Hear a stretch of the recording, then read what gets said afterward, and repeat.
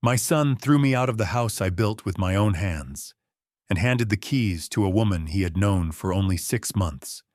"You have 60 minutes to pack your things."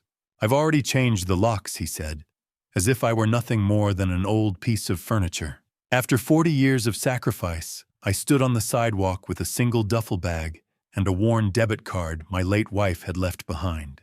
But when I walked into the bank the next morning to check that card, the teller looked at me and suddenly turned pale. He said one sentence that made my heart stop. "Welcome and thank you for being here." Before we continue, please like the video, subscribe, and comment where you're watching from. This is a fictional story with some dramatized details to enrich the experience. Any similarities are coincidental, but the story carries thoughtful and meaningful insights. Now let's begin. The rhythmic rasp of 80 grit sandpaper against raw oak was the only sound in my Highlands workshop until the heavy thud of a designer heel silenced it forever. Alvin Wainwright, a 70-year-old master carpenter with hands calloused by 50 years of oak and cedar, stood in my Highlands workshop, finishing what I feared would be my final commission. It was a simple chair, but to me it was a conversation with the wood, a way to keep the quiet of the morning from turning into the loneliness of the afternoon. I had been in this house for 40 years, raising a family, and eventually mourning my Rose within these same 4 walls. I paused, running my fingers over the armrest, feeling the ghost of Rose's presence in the scent of sawdust. "Every grain of this wood tells a story, Rose," I whispered to the empty room. "I wish you were here to see this one finished." My son, Nathan Wainwright, 42, and looking every bit the high-powered CEO in a tailored charcoal suit, stepped into the workshop with a cold finality that smelled of expensive cologne and betrayal. Behind him stood Sienna Blake, 35, and polished to a blinding sheen, her perfectly manicured fingers resting on a designer purse that cost more than my first truck. I set down the sandpaper and tried to summon a smile, but the look in Nathan's eyes made my chest tighten like a vice. I thought perhaps he had come to help me move the finished pieces, or perhaps even to ask for a lesson in the craft he had spent his youth avoiding. Instead, he didn't even look at the chair. He looked at me as if I were a stain on the floor he was responsible for cleaning. "Dad, we need to be realistic." Nathan said, his voice flat and corporate. "This house is an asset, and currently you're an obstacle to its best use." My heart skipped a beat, the air in the workshop suddenly feeling thin and recycled. 60 minutes. That's all a lifetime of sweat and sacrifice was worth to my own flesh and blood. I gripped the edge of my workbench, my calloused fingers digging into the wood. "Nathan, I don't understand. This is our home. I built this place before you were even out of diapers." Sienna stepped forward, then her smile as artificial as the platinum highlights in her hair. Sienna's smile wasn't a comfort. It was the glint of a surgical blade before the first incision. "Alvin, Nathan has worked so hard to build Innovate Systems, and we really do need the space for the future we're building. You have 60 minutes, Alvin. The movers for the heavy things come tomorrow, but you leave now." I looked at my son, searching for a trace of the boy I'd taught to use his first saw, but I found only a stranger with a calculated agenda. Nathan flicked a brochure onto my workbench. It was for an assisted living facility on the other side of the city. "I've already made the arrangements, Dad. It's for the best. You're 68, and this house is too much for you to maintain."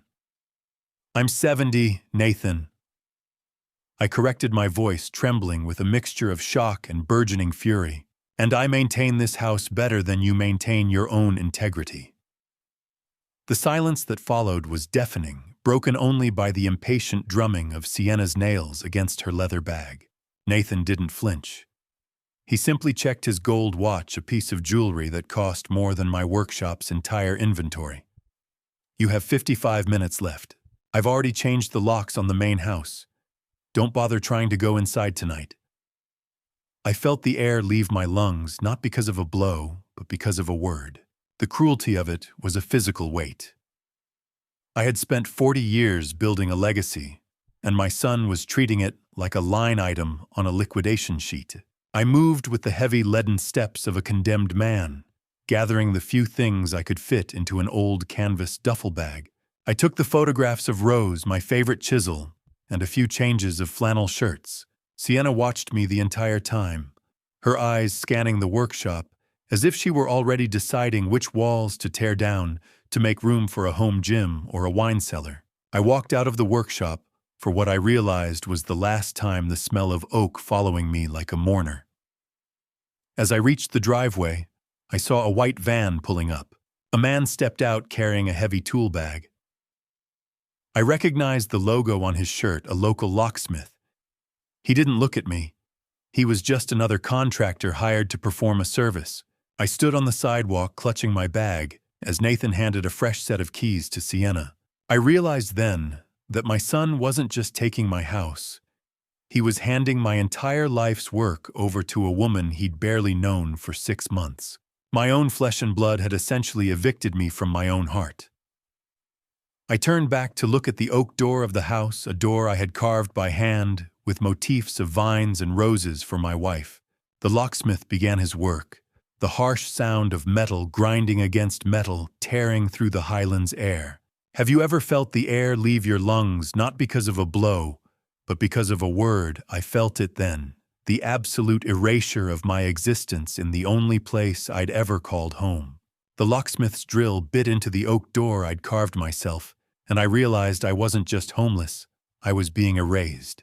The metal-on-metal screech was the final punctuation mark on my life, as I knew it, and as I turned toward the street, I had nowhere to go and nothing but the clothes on my back. The pavement felt like ice through the thin soles of my work boots, a cold reminder that the earth beneath me was no longer my own. Behind me, the metal-on-metal screech of the locksmith's drill finally ceased, replaced by the heavy echoing thud of a deadbolt sliding into place. That sound was the final period at the end of my life as a homeowner, a master of my own domain. I didn't turn back. I couldn't bear to see the house I built with these calloused hands, standing dark and indifferent. Instead, I began to walk my canvas duffel bag feeling like a lead weight against my shoulder. I wandered through the Highlands, a neighborhood I had watched transition from dusty streets to rows of million-dollar glass boxes, much like the one Nathan and Sienna were currently toasting inside. Through a gap in the heavy velvet curtains of my former living room, I caught a glimpse of them. They were holding crystal flutes, the amber bubbles of champagne catching the light, while I stood in the biting March wind. They didn't even wait for me to reach the corner before they closed the curtains, effectively blotting out the ghost of the father they had just discarded. How do you measure a man when you take away his tools, his roof, and his name? I felt smaller with every step I took away from that property line, my identity eroding in the Denver twilight. The sensory contrast was overwhelming. The warmth of the workshop's sawdust was a million miles away, replaced by the sterile, metallic scent of the city's exhaust and the damp chill of a coming spring storm. I eventually found myself near a bus stop, my legs beginning to ache with a fatigue that went deeper than bone. I needed a place to sleep. But as I reached for my wallet to find a hotel, a new layer of the betrayal revealed itself. I tried the first card, my primary Visa. Declined. I tried the corporate account I still had access to for the workshop supplies. Frozen. Nathan, who had managed the family's digital transition years ago under the guise of helping me, had executed a total financial assassination. He hadn't just taken the house. He had cut the lines to every life raft I possessed. I was a 70-year-old man with a master's skill set and exactly $42 in cash to my name. I felt the first drops of rain, cold and needle-sharp, as I began to search for a place that wouldn't ask for a credit card I couldn't provide. I walked until the Highlands gave way to the neon-lit desperation of the outskirts, eventually stopping before a run-down motel that looked like it had been cured in cigarette smoke and bad decisions. The motel clerk was a man who looked like he'd been cured in cigarette smoke and bad decisions, squinting at me from behind a scratched plexiglass window that was yellowed with age. Cash only for the first night, old man, he rasped, without looking up from a small, flickering television. No cash, no bed. I counted out 35 of my $42, the bills damp from the rain. I've spent 50 years building cathedrals and mansions, and now I'm haggling over a stained mattress, I thought. But I kept my mouth shut. Dignity was a luxury I could no longer afford. Declined. The word on the terminal screen glowed like a brand in my mind, even though I hadn't even tried to swipe. The fear of that word was more paralyzing than the cold. He handed me a plastic key tag that smelled of industrial cleaner and pointed toward a door at the end of a dark, outdoor walkway. The room was worse than the lobby. The carpet was sticky, and the heater groaned like a dying animal when I kicked it to life. I sat on the edge of the bed, the springs protesting under my weight, and emptied my pockets onto the laminate nightstand. My keys now useless, my pocket knife, and my worn leather wallet. I opened it to count my remaining $7, my fingers brushing against the plastic sleeves. Tucked behind a faded photograph of Rose, my fingers snagged on a hard edge. I pulled it out, expecting a business card or an old receipt. Instead, I found a faded blue debit card I'd long forgotten. It bore Rose's name in simple, elegant script. I remembered her using it for her quilting supplies, and how she'd always offer a cryptic, knowing smile whenever I asked if she needed more for her hobby. "No, Alvin," she would say, her eyes twinkling. This little card has its own way of growing. The blue card felt warm in my hand, as if Rose's heartbeat was still trapped inside the plastic, a silent pulse of hope in a room that smelled of defeat. I wiped a layer of dust from the surface with the hem of my flannel shirt. As the grime cleared, my breath hitched. This wasn't a standard retail bank card from the local branch. Embossed in gold at the bottom was the insignia of a private wealth management firm, a name I'd only seen in magazines for the ultra-rich, or mentioned in hushed tones by the clients who commissioned my most expensive furniture. "Rose, were you always 3 steps ahead of the storm?" I wondered. My late wife had been a woman of quiet patterns and simple quilts, but as I turned the card over, seeing the high-security chip and the private contact number on the back, the mystery deepened. I stared at the name of the wealth management group embossed in gold, a name I'd only seen in magazines for the ultra-rich, and I wondered if I ever truly knew the woman I'd slept beside for 40 years. My hands began to shake, not from the cold this time, but from the sudden terrifying realization that my wife might have left me an anchor I wasn't even aware I needed. Monday morning arrived with the heavy metallic clang of the bank's front doors, a sound that felt like the gate to a prison or a palace, and I didn't yet know which. I stood for a moment under the grand vaulted ceiling of the First National Bank on 17th Street, my breath hitching as the conditioned air hit my face. After 3 nights in that motel, the luxury of a climate-controlled lobby felt like an insult. I looked down at my reflection. In the polished marble floors, my flannel shirt was wrinkled. My work boots were still stained with the ghost of Highland sawdust, and my hair was a wild mess I'd tried to tame with a splash of cold sink water. I felt acutely out of place, a rough-cut block of cedar sitting in a showroom of glass and steel.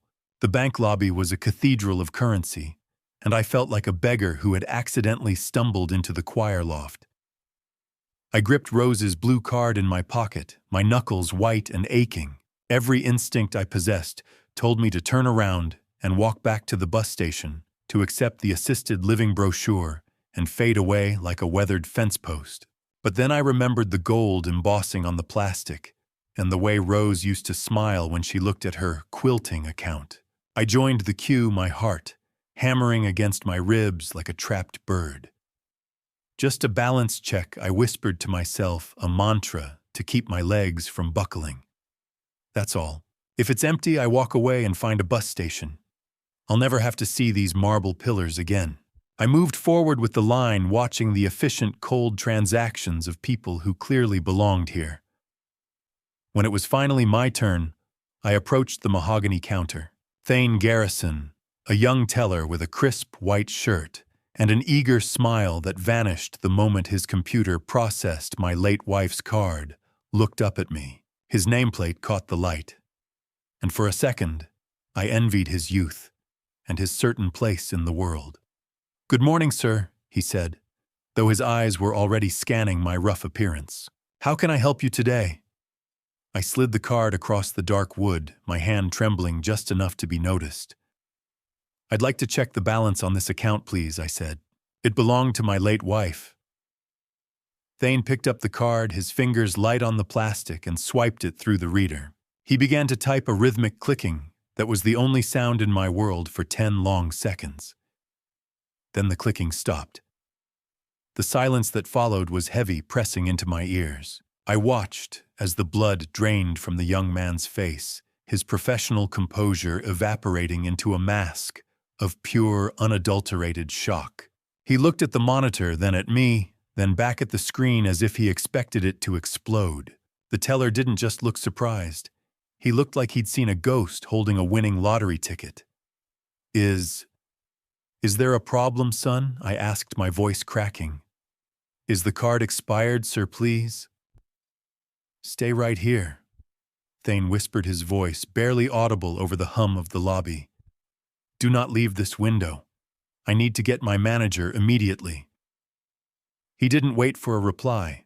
He practically bolted from his stool, disappearing into a hallway of glass-walled offices. I stood there frozen, the blue card sitting lonely on the mahogany counter. A security guard near the door adjusted his belt, his eyes tracking me. I felt the sweat prickle at the back of my neck. I was certain they were calling the police, that Rose had found the card in a dumpster, or that I was about to be charged with some high-level fraud I didn't even understand. But then the door at the end of the hall opened.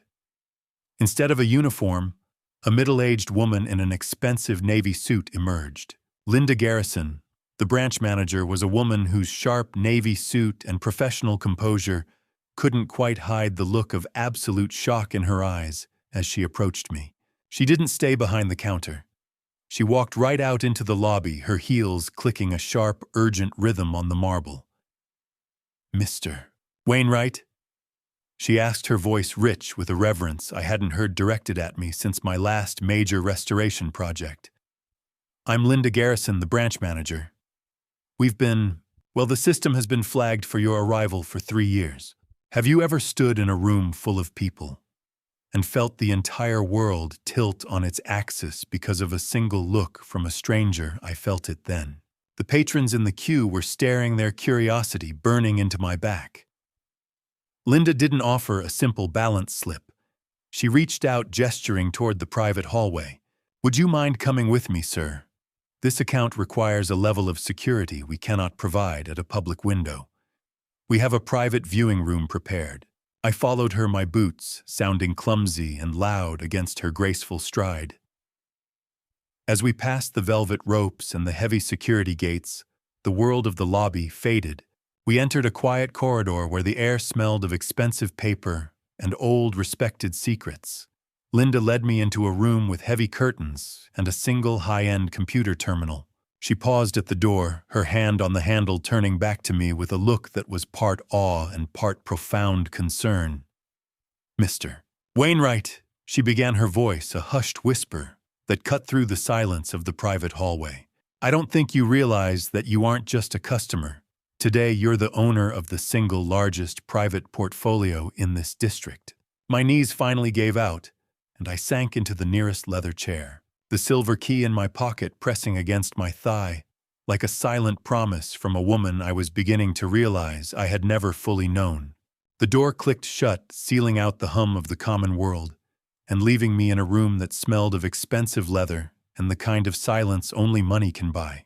I stood in the center of the office, feeling like an interloper in my own life, my flannel shirt stained with the gray ghost of oak dust, and my worn denim seemed to absorb the light from the recessed fixtures.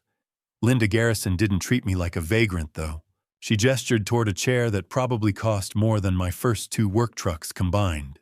I sank into the leather, feeling the grime of the cheap motel and the fatigue of the Highland sidewalk clinging to me like a second skin. She offered me water in a crystal glass, the ice clinking with a melodic clarity that made the tap water from the motel sink feel like a distant, unpleasant memory. "I'm just a carpenter, Mrs. Garrison," I said, my voice sounding rough and gravelly even to my own ears.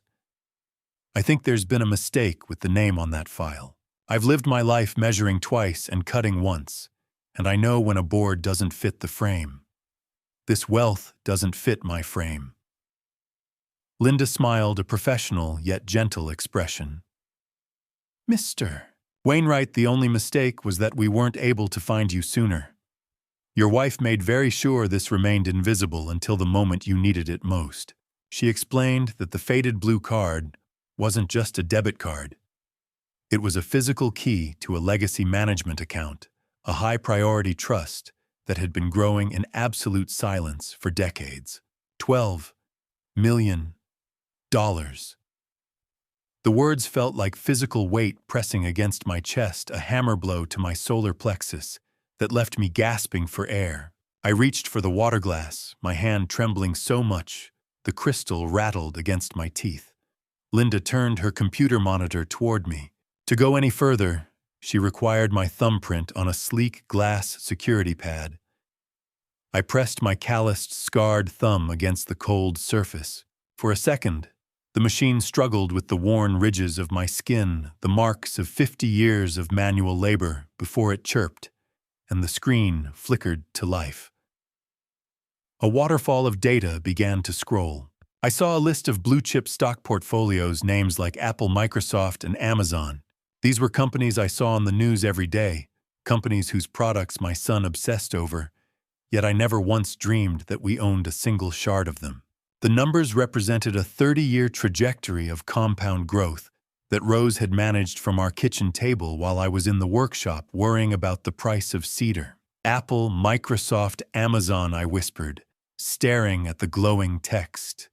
"We lived in a house with a leaky roof for 10 years because we couldn't afford the shingles."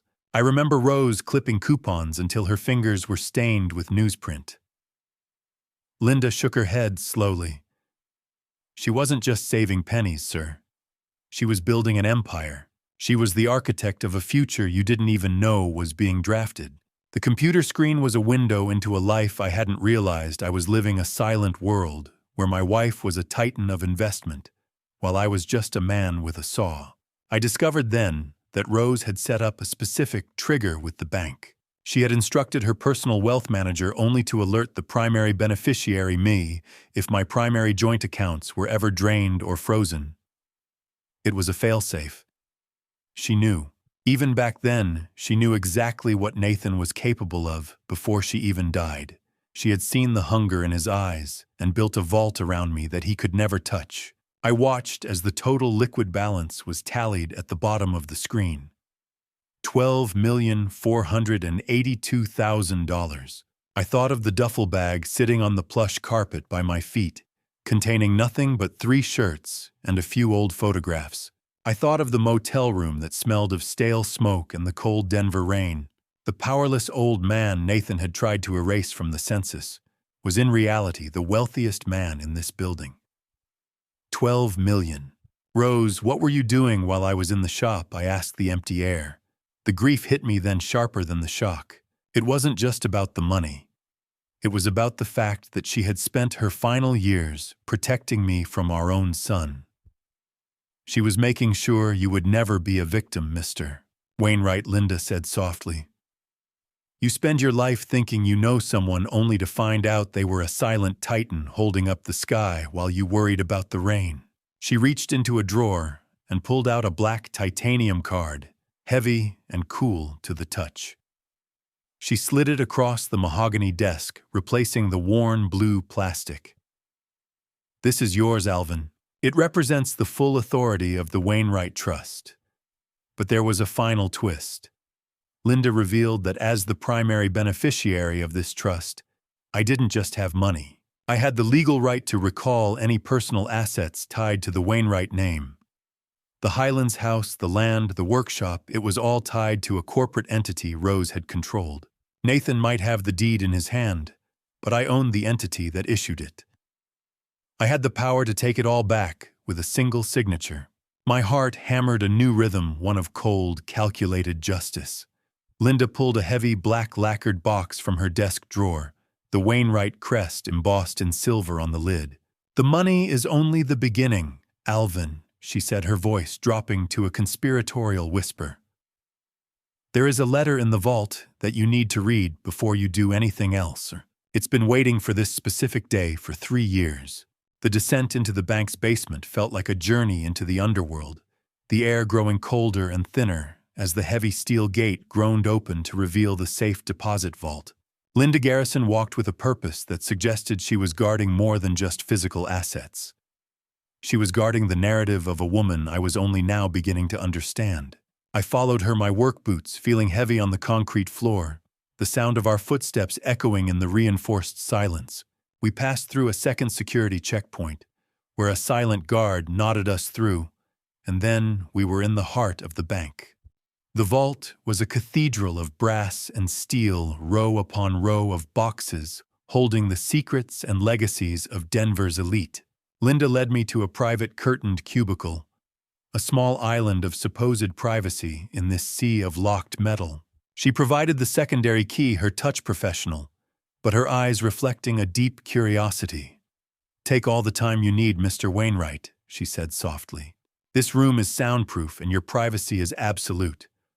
I'll be just outside if you need anything." I nodded, though my throat felt too tight to speak. I've spent my life working with wood and steel, but I've never felt a box as heavy as this one, I thought, as I slid the long metal container onto the table. The wax seal snapped like a dry twig in the silence. My heart followed suit. I stared at the envelope inside, recognizing Rose's precise, elegant handwriting immediately. It was a script I had seen on grocery lists, birthday cards, and the margins of quilting patterns for 40 years. Now it was a voice reaching out from the grave. "My dearest Alvin," the letter began. "If you are reading this, the worst has happened. Nathan's hunger has finally consumed his heart." I had to stop for a moment, my vision blurring. Even in death, Rose was still the observant one, the one who saw the cracks in the foundation before the house started to tilt. "I didn't hide this to keep it from you, my love. I hid it to keep it safe for you." She detailed her secret financial journey beginning in 1992 with small amounts of money she had saved from our tight household budget and the proceeds from selling her hand-stitched quilts. She had bought shares in companies I barely understood, Apple, Microsoft, Google, watching them grow while I was busy in the workshop. Her logic wasn't born of greed, but of a terrifyingly accurate realization that Nathan's character was fundamentally flawed. She had watched him grow into a man who measured worth in status rather than sweat, and she knew I would eventually need an anchor against the storm our son would create. The wax seal snapped like a dry twig in the silence. My heart followed suit, breaking under the weight of her lonely vigil. How could a woman who spent her days stitching fabric spend her nights outmaneuvering the giants of Wall Street? I wondered, feeling a wave of inadequacy wash over me. I had prided myself on being the provider, the one who kept the roof over our heads, never realizing she was building a mountain beneath our feet. The letter took a darker, more strategic turn, as she described watching Nathan's obsession with wealth grow like a cancer. She warned me that he would eventually view me as a static asset, to be liquidated rather than a father to be respected. Rose revealed that she had tried to warn me years ago, but my paternal pride had made me dismiss her concerns as mere motherly worry. She had been forced to act in secret, protecting me from my own blind spots. "Don't let him destroy what we built, Alvin," she wrote. "The money is a tool.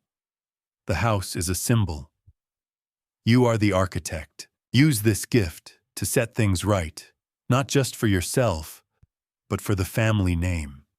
Rose's handwriting was a lifeline thrown across the chasm of death, and I gripped it until my knuckles turned white.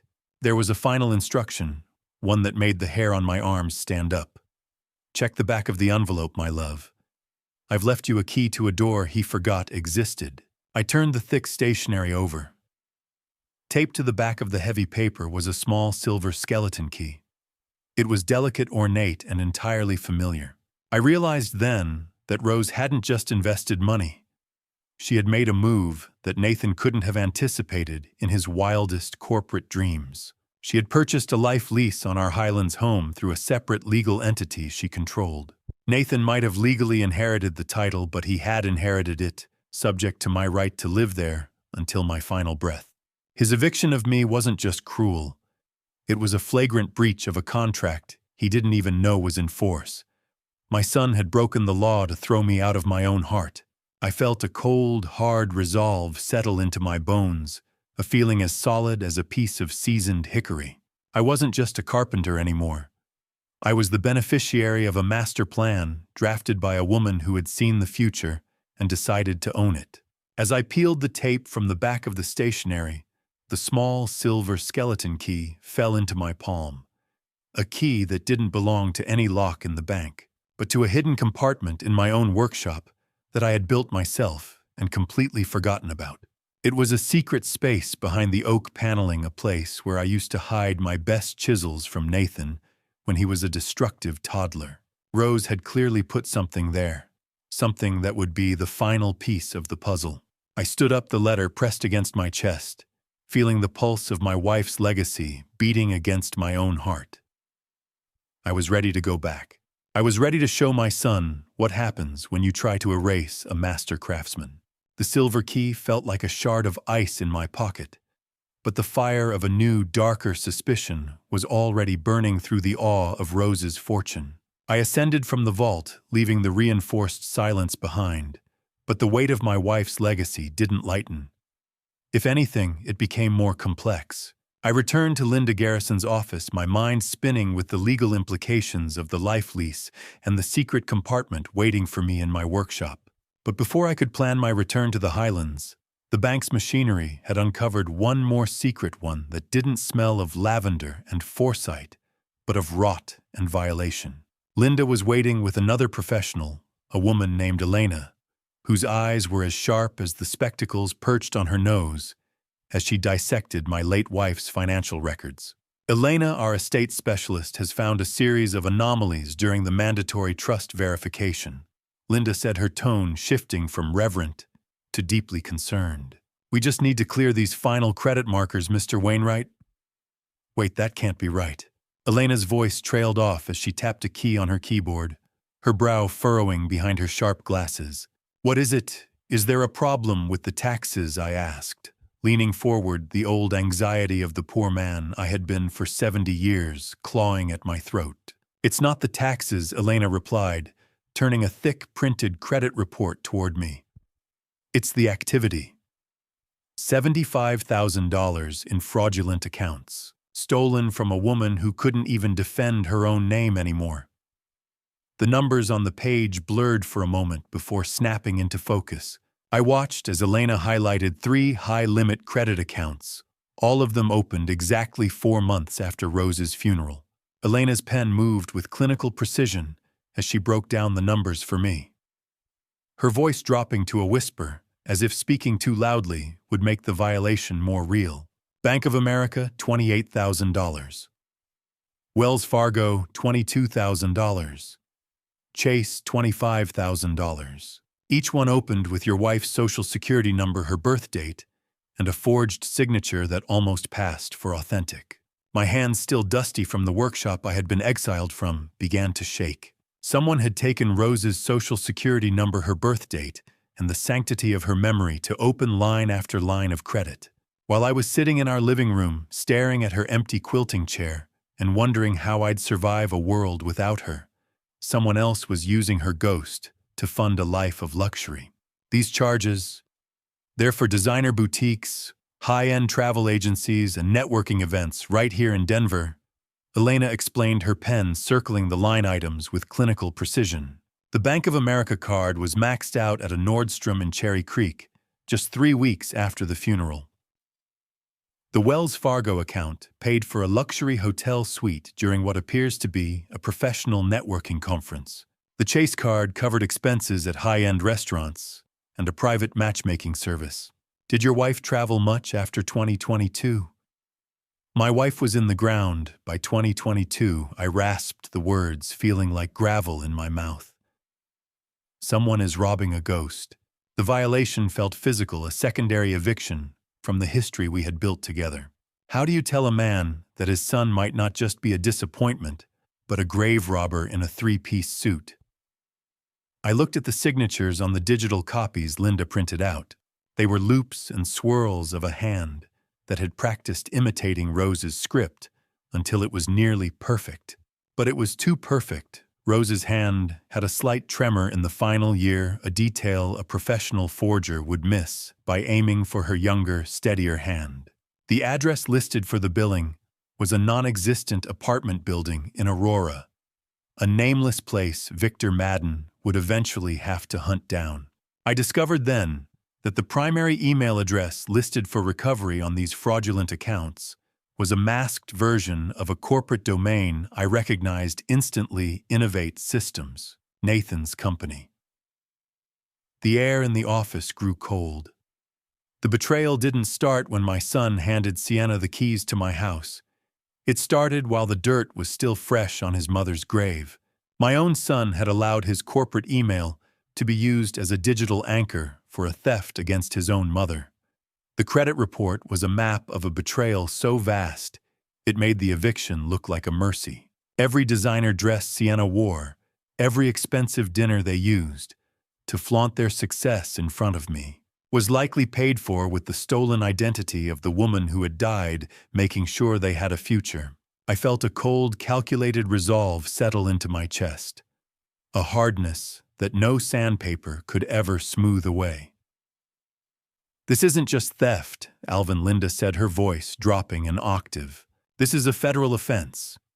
Posthumous identity theft carries a 15-year sentence. I don't care about the years, I replied, my eyes fixed on the forged signatures. I want to know who had the heart to look at her death certificate and see a business opportunity. I want to know how deep the rot goes before I start the demolition. The audit showed one final devastating detail. The very first withdrawal from the stolen accounts, a $3,000 cash advance from the Bank of America card, was used to pay a retainer for a high-end matchmaking service. It was the same service Nathan had bragged about using to find a woman of his stature, the service that had introduced him to Sienna. My son hadn't just been robbed. He had likely paid for his own predator using his mother's stolen soul. I looked at the date on the first forged signature. It was the day of Rose's 6-month memorial service, a day Nathan claimed he was too busy with work to attend. He hadn't been in the office. He had been signing his mother's name to a lie. I stood up, the crisp snap of the staple echoing as Elena organized the evidence into a folder. I didn't feel like a carpenter anymore. I felt like a man who was about to take a sledgehammer to a house of cards. I took the folder from Linda's hand, the blue-white glare of the computer monitor reflecting on Elena's glasses one last time. I'm going to need a detective, I said, and then I'm going to need a priest for what I'm about to do to my son's life. I slammed the audit report onto the scratched mahogany of the investigator's desk, the sound echoing like a gunshot in the cramped Lodo office. The air in the room was thick with the scent of cheap burnt coffee and the dust of 1,000 digital secrets. Behind the desk sat Victor Madden, a 50-year-old former Denver police detective with a face like a crumpled map, who looked like he'd been cured in the digital ghosts of people's secrets. He didn't flinch at the sound of the folder hitting the wood. He simply reached for a ceramic mug with a chipped rim and took a slow, deliberate sip. I stood there, my hands still shaking from the revelation of Rose's Memorial Day, my heart a drum of vengeful energy. I don't just want my house back. Victor, I said, my voice as hard as a kiln-dried plank. I want to know how deep the rot goes. I want to know who was holding the pen while my wife was in the ground. Victor leaned back his chair, groaning under the weight of his experience. Mr. Wainwright, when you pull a thread like this, the whole sweater usually unravels. Are you ready for what's underneath? Cleaning up family messes is the dirtiest part of my job, and usually the client ends up hating me for finding exactly what they asked for. I didn't hesitate. Rose saw something I was blind to, and now I'm the one who has to finish the job. Victor set his mug down and pulled the audit documents toward him, his eyes scanning the pages with clinical speed. Have you ever looked at a man you raised and realized you were staring at a complete stranger? That was the question burning in my gut as Victor began to point out patterns I had been too emotional to see. He highlighted the timing of the credit applications, noting they coincided perfectly with the week Sienna Blake first appeared in Denver. He explained the mechanics of a long con, where the identity theft of a recently deceased relative is used as seed money to fund the lifestyle needed to target the next mark. She didn't just marry him, Alvin, Victor said, his finger tapping the Aurora address. She staged an invasion.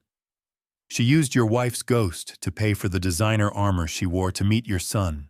The truth isn't a bandage. It's the scalpel that cuts the infection out. I felt the sharp edge of that truth as Victor revealed his first discovery. He pulled up a property record on his dual monitor setup. That Aurora address on the forged documents. It isn't just a random empty apartment. It was a short-term executive rental leased in Nathan's name 2 months before he even introduced Sienna to you. My stomach did a slow, nauseating roll. My son wasn't just a victim. He had provided the staging ground. You're saying my son is too stupid to see he's being robbed while he's helping her rob me? I asked, the words tasting like copper.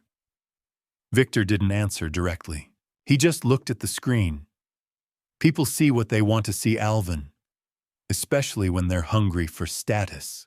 I reached into my pocket and pulled out the black titanium card Linda Garrison had given me. Writing that check for the retainer felt like loading a rifle I never intended to fire, but the weight of it in my hand was the only thing keeping me grounded. I didn't care about the cost. I authorized Victor to dig into every corner of Innovate Systems, Inc. and every alias Sienna had ever used. I want everything, I told him. Every forged cent, every secret meeting. Victor nodded, his expression grim. Give me 3 weeks. I'll have the ghosts of your family on a silver platter, but remember what I said, once the sweater is gone, you're the one left in the cold. As I stood to leave, Victor stopped me, his eyes fixed on a small detail in the credit report Elena had missed. Wait, Alvin. Look at this. There's a recurring monthly payment to a firm called Aegis Surveillance. It's been active for 90 days. He checked a cross-reference on his laptop and looked up at me with a chill in his gaze. Someone has been paying for 24-hour surveillance on your Highlands workshop for the last 3 months. The chill Victor described prickled my skin immediately. I thought of the long hours I spent alone with my saws, thinking I was in a sanctuary of oak and memories, never realizing I was being watched through a lens.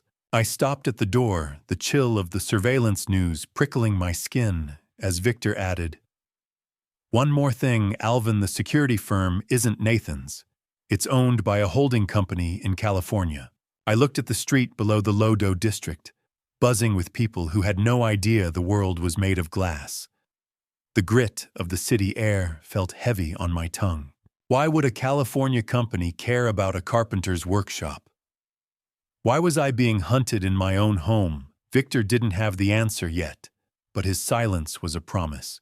I walked out of the office, the heavy door clicking shut behind me, leaving the smell of burnt coffee for the cold, uncertain reality of the Denver streets. I had 3 weeks to wait, 3 weeks to wonder which version of my son I would find at the end of this trail, and 3 weeks to prepare for a war I hadn't asked for, but was now fully funded to win. 3 weeks of waiting in a cheap motel room had turned my patience into a jagged edge, but nothing prepared me for the folder Victor slid across his desk, a dossier of a professional predator. The passage of time had been a slow, agonizing crawl filled with the hum of the motel refrigerator and the growing tension of the unknown. I had spent my days staring at the ceiling and my nights replaying the moment the locksmith's drill bit into my own front door. When Victor finally called, his voice was tight, stripped of its usual detective cynicism. I drove to Lodo with the silver key still weighing down my pocket. my mind racing with the questions he hadn't answered over the phone. Who was the California holding company? Why was my workshop being watched? I stepped into his office, and the first thing I noticed was the smell of old toner and a frantic, nervous energy in the air. The space was cluttered with even more files than before, printouts sprawling across every available surface under the cold hum of the fluorescent lights. Victor didn't offer me the usual burnt coffee. He just pointed at the chair. "Sit down, Alvin," he said. "We're not looking at a wayward daughter-in-law anymore. We're looking at a career criminal." He flipped the folder open, and the first thing I saw was a mugshot. The woman in the photo had the same sharp, calculating eyes as Sienna, but her hair was a mousy brown, and she looked 10 years younger. "This is Amber Morrison," Victor explained, his pen circling the face in the photo. "She doesn't just change her name, Alvin. She changes her entire soul to fit the man she's robbing. Sienna Blake is just the latest mask." Amber has been arrested for fraud in 3 different states: California, Nevada, and Washington. She's a ghost in the system, but her eyes never change. 6 names, 3 states, 1 trail of broken men and empty bank accounts. I felt a chilling realization of the scale of the deception.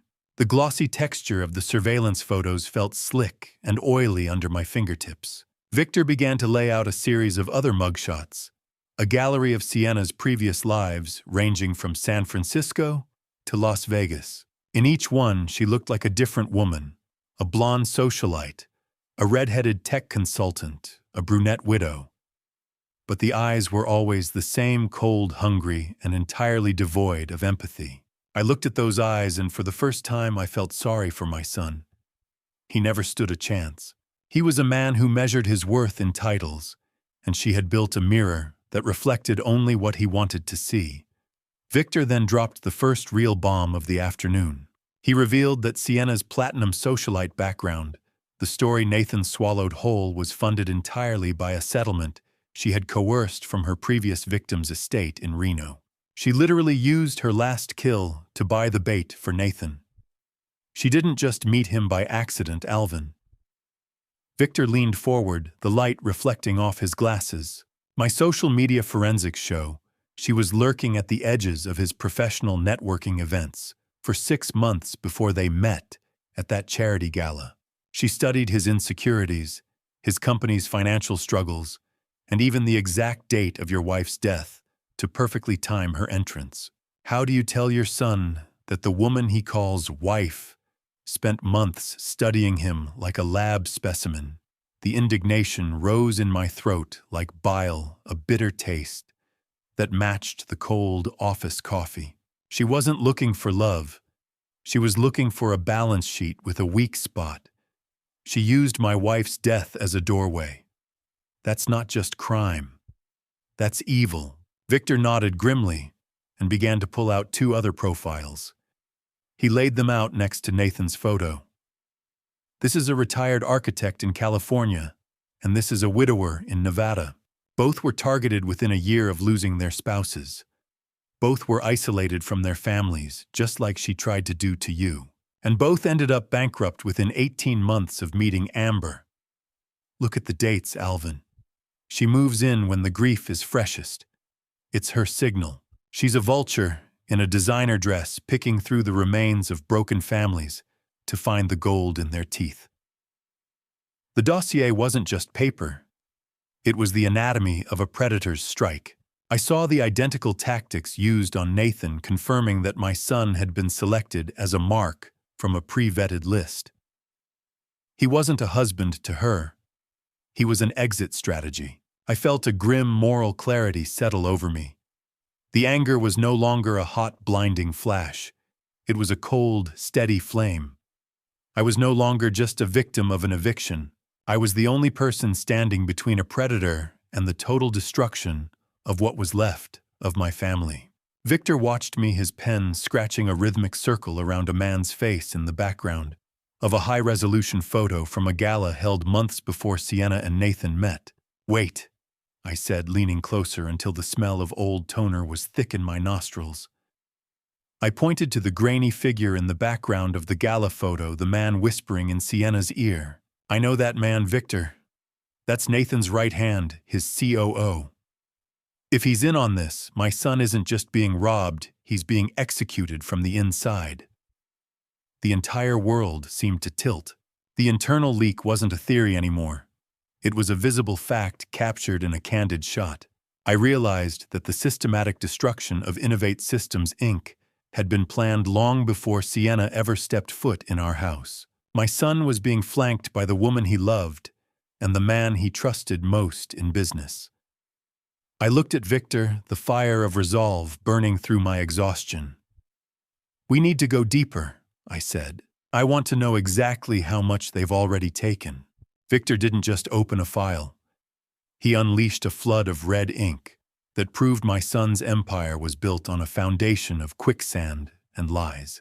I stood in the Lodo office, the metallic smell of old files and the dry heat of the laser printer stinging my eyes. We had spent the last hour moving away from the dark history of Sienna's past lives and into the cold, jagged wreckage of Innovate Systems, Inc. Victor pulled up the corporate ledger on his high-resolution monitor, and even with my untrained eyes, the rot was impossible to miss. A massive $1.5 million hole gaped where client deposits should have been safely escrowed. Nathan wasn't just struggling, he was drowning. Victor adjusted his glasses, the blue glare of the laptop screen reflecting in the lenses like a storm. He explained that Nathan had been using upfront payments from a regional healthcare system and a manufacturing plant to fund a lifestyle he couldn't afford.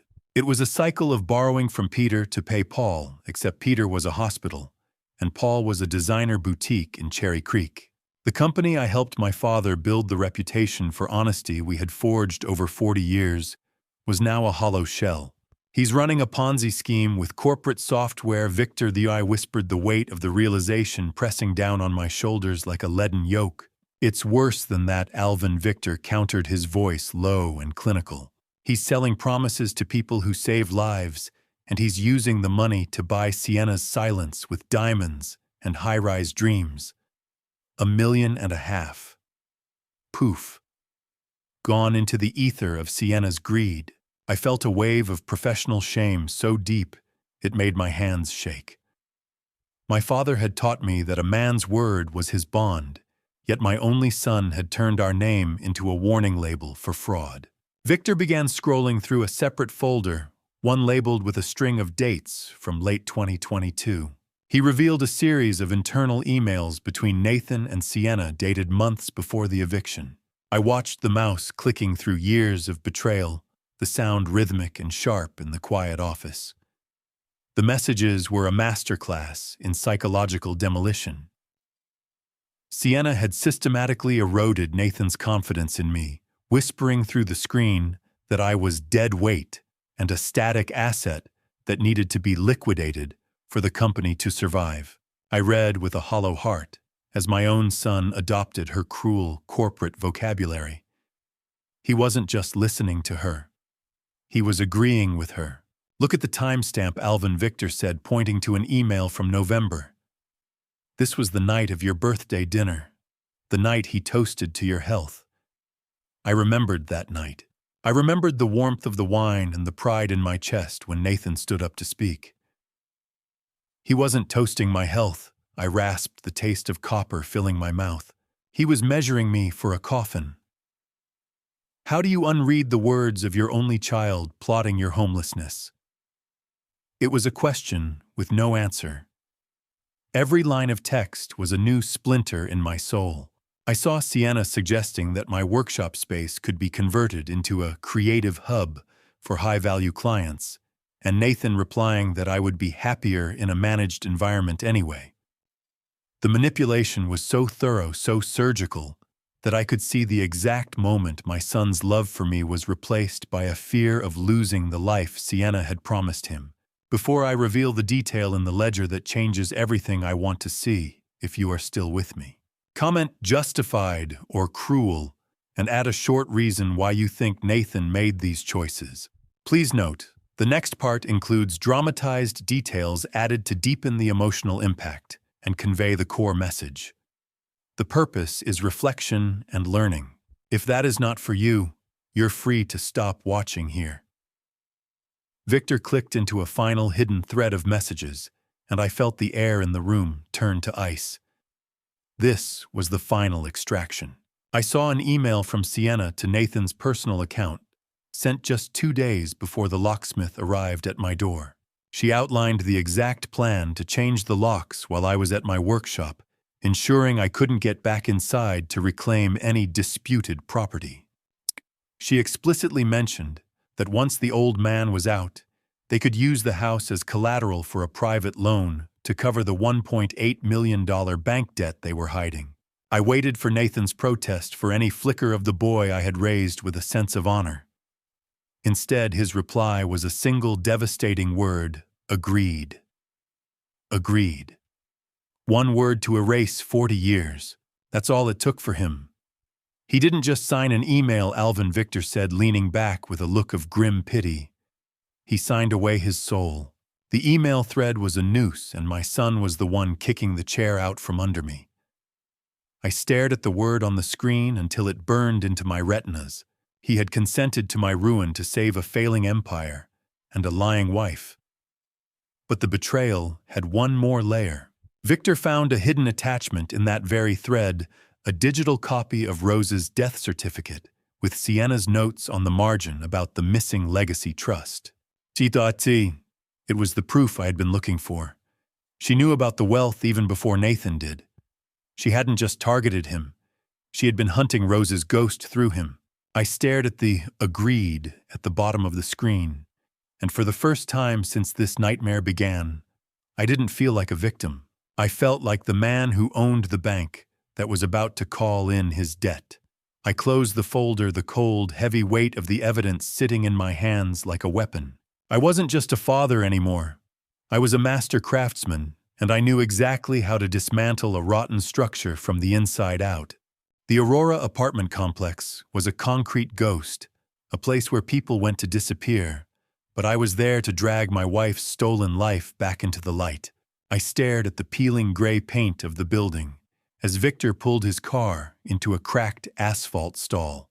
For the first time since this nightmare began, I didn't feel like a victim. I felt like the man who owned the bank that was about to call in his debt. The drive from Lodo had been silent. The air in the car, heavy with the evidence we'd already uncovered regarding Nathan's corporate sins. But Aurora held the physical proof of the theft against Rose. We stepped into the lobby, and the stale recycled air of the hallways hit me like a physical weight, smelling of industrial cleaner and forgotten lives. My wife never set foot in a place like this, Victor. I said, my voice echoing off the stained linoleum. It's too cold, too nameless. She spent her life surrounding herself with warmth and color. Victor adjusted his jacket, his eyes scanning the security cameras with a practiced ease. That's exactly why she picked it, Alvin, he replied. Criminals love a place with no memory. This is where the paper trail for Rose Wainwright began its second darker life. We found the manager's office tucked behind a scratched plexiglass window. The building manager was a man named Miller, whose sweat-stained shirt and nervous eyes suggested he was used to taking money to look the other way. He looked at my black titanium card when I set it on his desk, his pupils dilating as he realized I wasn't the kind of man he could easily dismiss. Victor didn't waste time. He slid a photo of Sienna across the desk and let a folded $100 bill peek out from under his palm. We're looking for the woman who leased Unit 402 under the name Rose Wainwright 2 years ago, Victor said. Miller's eyes darted from the money to the photo. He hesitated, his fingers drumming against a desk that smelled of cheap cigars. How many layers of skin does a snake have to shed before you realize it's been the same predator all along, I wondered, as I watched him. Miller finally reached for a dusty filing cabinet and pulled out an old lease agreement signed in person. I felt a surge of adrenaline as Victor compared the physical signature on that lease to the digital ones from the bank fraud reports. It was a match, but the real hammer blow came when he laid it next to a memo Sienna had signed at Innovate Systems. The loops of the R and the specific tilt of the W were identical. Miller leaned back, his chair creaking. "I remember her," he rasped, his eyes fixed on the money. "She didn't look like that socialite in your photo, though. She wore a blonde wig and big sunglasses every time she came in. But she had that walk, like she owned the sidewalk. She always paid the rent in cash." I felt a wave of nausea. She was practicing being my son's wife, while she was still picking my wife's pockets. My resolve hardened into something lethal. It wasn't just a discovery, it was an exposure of a parasite.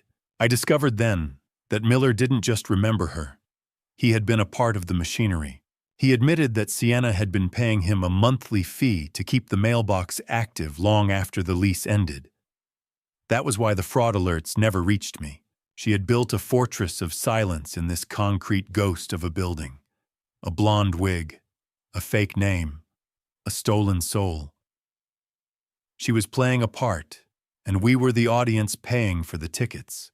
Victor pulled up the building's digital archives on a tablet, showing me a grainy black and white flicker of security footage from 18 months prior. I watched a woman in a trench coat and a blonde bob-style wig approach the mailboxes. Even through the low resolution, the predatory grace of her movements was unmistakable. It was Sienna. She was moving with the money she'd bled from Rose's accounts, likely on her way to buy the very dresses she'd used to seduce my son. We returned to Victor's office as the sun began to set over Denver, casting long, jagged shadows across the skyline. Victor spent the next hour cross-referencing the cash withdrawals Miller had confirmed with Sienna's social calendar. The dates were a perfect, sickening alignment. Every hotel suite, every networking fee, and every high-end cocktail she'd used to accidentally cross paths with Nathan had been funded by the woman we'd just buried. She used Rose's life savings to build the trap that Nathan walked right into. I said, my voice barely a whisper in the dark office. "She didn't just steal money, Victor. She made my wife pay for her own family's destruction. The evidence wasn't just a pile of paper anymore. It was the blueprint of a murder, and the victim was our family's honor." Victor sat back, the blue light of his monitors reflecting in his weary eyes. He had one final revelation. He had traced the very first credit account Sienna opened in Rose's name. It wasn't for clothes or travel. It was used to pay the initial retainer for Aegis Surveillance, the firm that had been watching my workshop for 90 days. Sienna was watching me with Rose's own money, ensuring I stayed in my place while she dismantled my son's life. I reached into my pocket and felt the cold, smooth surface of the titanium card. It felt like a shield. Victor handed me a final photo he'd pulled from the Aurora lobby's high-definition upgrade Sienna without her socialite polish, looking directly into the camera with a smirk that said she knew she'd never be caught. The look was so arrogant, so convinced of her own superiority, that it almost made me laugh. "She thinks she's untouchable." I whispered, the sound of the heavy office door locking behind us as we prepared to leave. "She has no idea I'm about to buy her entire world." I stood in the low-dough office holding the smoking gun that linked her theft to the very foundation of Nathan's corporate life, and I knew the time for investigation was over. It was time for a takeover. I wasn't just walking into a law office. I was walking into a war room carrying $12 million as my ammunition and 40 years of betrayal as my resolve. The morning air in downtown Denver was crisp, but the heat of purpose burned in my chest, more effective than any heavy coat. I stepped into the lobby of the skyscraper, my thumb brushing against the smooth edge of the black titanium card in my pocket. Behind me, the world of dusty workshops and cheap motels was receding. Ahead, the elevator climbed toward the 64th floor, and with every floor I passed, the weight of being a victim dropped away. When the doors hissed open, I was greeted by the muffled silence of absolute wealth. Attorney Kenneth, a man with silver hair and eyes that looked like they'd seen every sin in the corporate playbook, sat behind a desk of polished obsidian. He didn't look up immediately. He was finishing a note with a gold fountain pen, the sharp, rhythmic tapping of his keys earlier having been replaced by the scratching of nib on heavy bond paper. I set the evidence folder Victor Madden had compiled on the obsidian surface. "I don't want to just sue him, Kenneth," I said, my voice steady and cold as the glass windows overlooking the city. "I want to own the air he breathes in that office." Kenneth finally looked up, a thin, predatory smile touching his lips. "In that case, Alvin, we aren't going to court. We're going to the bank." He explained the strategy of a debt-to-equity takeover. Nathan had defaulted on his primary commercial loans, and the bank was holding paper that was essentially a noose around Innovate Systems' neck. $1.6 million. A few clicks of a mouse to undo a lifetime of betrayal. I felt a grim satisfaction as I realized that the bank was actually 24 hours away from filing a public foreclosure notice on my house. If I hadn't moved today, the home I built with my own hands would have been lost to the state before I could even try to save it. The irony wasn't lost on me. I was using Rose's secret legacy, the very money Nathan had tried to steal through identity theft, to buy the ground right out from under his feet. Kenneth pulled up the incorporation documents. "We need a name for the shell company, Alvin. Something that sounds solid." I didn't have to think. "Summit Capital," I said. "Because I'm at the top now, and the view is very different." I watched the hum of the office's server cooling fans vibrate the air as I signed the papers. Birth of Summit Capital LLC. LC was a quiet affair, just a series of signatures on heavy bond paper that smelled of expensive ink. Is it revenge, if you're just the one holding the bill for a crime someone else committed? I asked myself that question as I watched Kenneth initiate contact with the commercial lending department at First National Bank. He offered them $1.6 million in guaranteed cash to buy Nathan's $1.8 million debt. The bankers, terrified by the looming fraud investigation Victor had tipped us off about, didn't even haggle. They were hungry to sell a dying asset to a man who didn't exist an hour ago. "My son thinks he's a shark," I whispered, staring at the cold glass of the office windows overlooking Denver. "He has no idea there's something much larger in the water now." The wait for the wire transfer felt like an eternity, yet it was over in minutes. I watched the dual monitor setup on Kenneth's desk flicker as the bank sent the digital confirmation. The law office felt like a sanctuary, but the documents in my hand felt like a sword. I was no longer just Alvin Wainwright, the master carpenter. I was the primary creditor of Innovate Systems, Inc. I was the man who held the mortgage on my own home. I was the one who could pull the plug on Nathan's entire existence with a single phone call. "The bank just sent the confirmation," Kenneth said, his voice reflecting the sharp, calculated energy of the room. "You are officially Nathan's landlord, boss, and banker."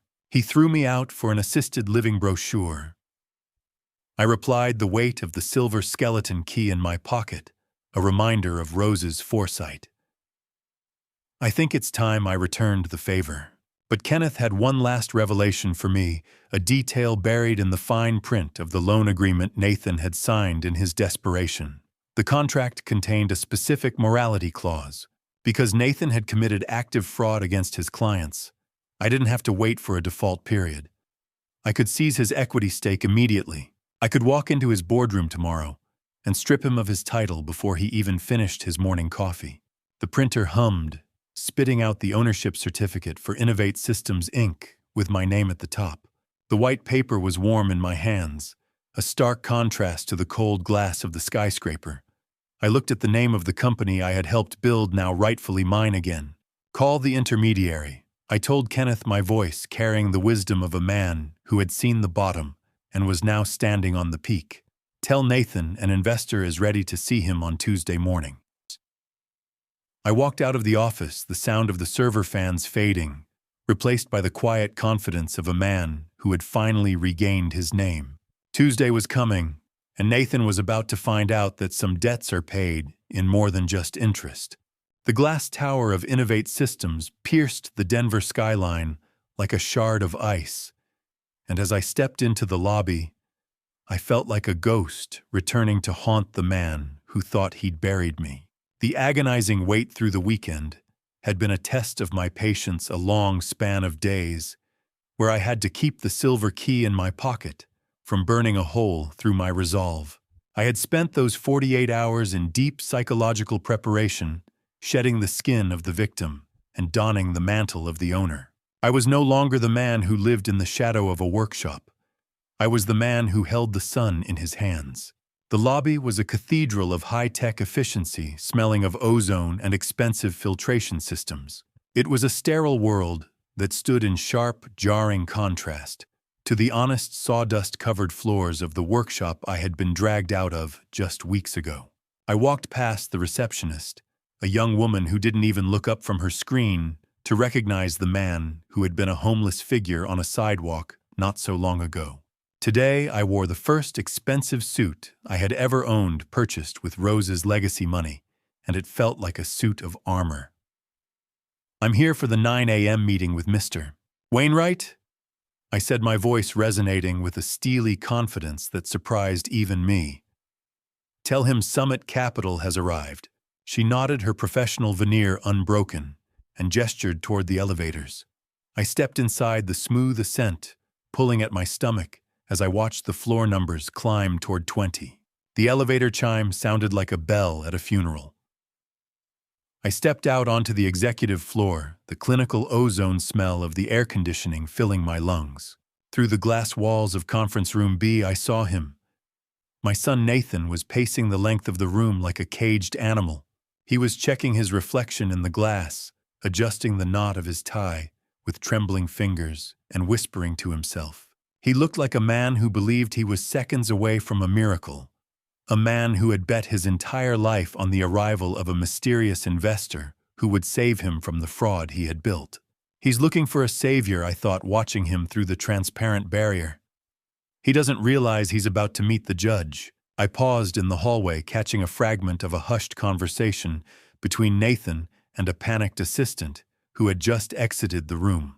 I overheard a detail that made my blood run cold. Nathan was instructing her to prepare the paperwork for a quick resale of the Highlands house. He planned to use the investor money to buy the deed back from the bank and then flip it immediately for a massive profit, showing that his greed truly had no bottom. He didn't even want the home. He wanted the liquidation. Does a man recognize the monster he created when it finally puts on a suit and sits at his table? I pushed the glass door open. Nathan was hunched over his laptop at the far end of the table, his back to the door, as he tried to stabilize a flickering presentation. I didn't announce myself. I simply walked to the head of the table, pulling out the high-backed executive chair. It squeaked as I sat down, the leather protest, a sharp sound in the silent room. I turned the chair toward the window, looking out at the reflection of the Rocky Mountains in the glass table, keeping my back to my son. "Good morning," Nathan said, his voice jumping an octave as he heard the movement. He didn't look up, his fingers flying across the keys. "I'm Nathan Wainwright, CEO. I cannot tell you how much we appreciate Summit Capital's interest. I've prepared a comprehensive presentation on how your capital will transform our trajectory and secure our dominance in the sector." I remained silent. The cold weight of the evidence folder on my lap felt like a stone. I could hear his shallow, panicked breathing from across the room. "I've seen enough of your trajectory, Nathan," I said, my voice low and rhythmic. "It's time we talked about the landing." I heard him freeze. The sound of his typing stopped, as if he'd been hit by a physical blow. The silence that followed was so thick I could almost taste it. I could imagine the gears turning in his head, the confusion at the familiar voice, the slow, dawning horror of a memory he had tried to suppress. The boardroom table was a desert, and I was the only well Nathan had left. He didn't move for what felt like an eternity. I waited, savoring the moment of total, absolute control. I was the architect now, and he was just the apprentice who had forgotten how to measure.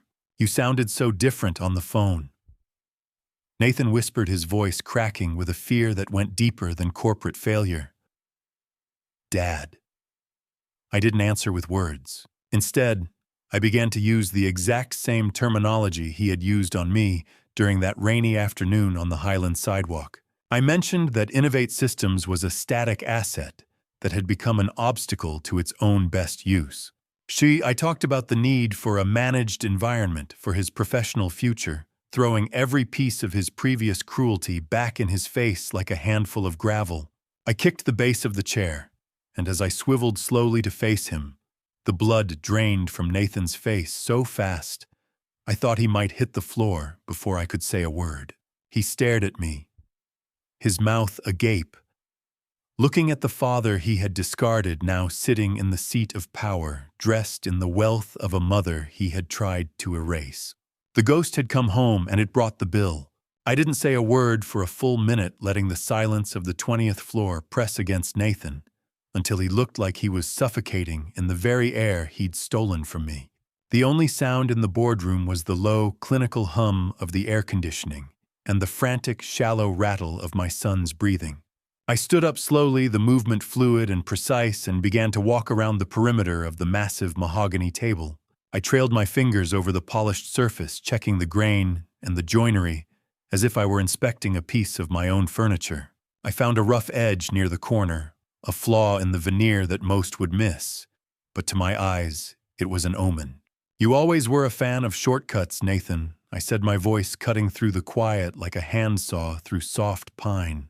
"You didn't even notice the foundation of this company was rotting while you were busy changing my locks." I stopped at the far end of the table and slid the Summit Capital ownership papers toward him. Nathan's hands were trembling so violently, the pages crinkled as he tried to pick them up. He stared at the legal language, his eyes darting back and forth as he processed the fact that the mysterious investor he'd prayed for was actually the father he'd left on a rainy sidewalk. "Dad, this is impossible," he stammered, the blood failing to return to his face. "Summit Capital. How did a carpenter get $16 million, 78%? That's how much of your life I own now, Nathan. Every chair in this room, every line of code in your servers, and the very desk you hide behind it, all belongs to the Wainwright Trust." I didn't stop there. I reached into the evidence folder and pulled out Victor Madden's forensic report.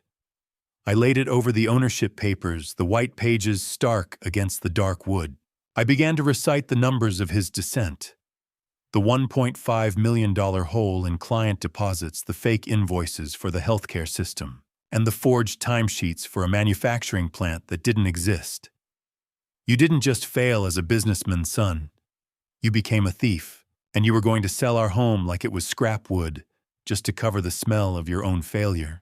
Nathan collapsed into his executive chair, his expensive suit suddenly looking 3 sizes too big, like a child wearing his father's clothes to a funeral.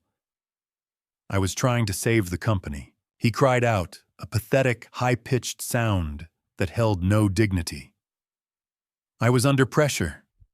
Sienna said we needed to maintain the image. Image doesn't pay the interest on a soul, Nathan," I countered, my voice dropping into a register of moral superiority that seemed to pin him to his seat. I reached into the folder one last time and pulled out the Aurora mugshots and Sienna's criminal records.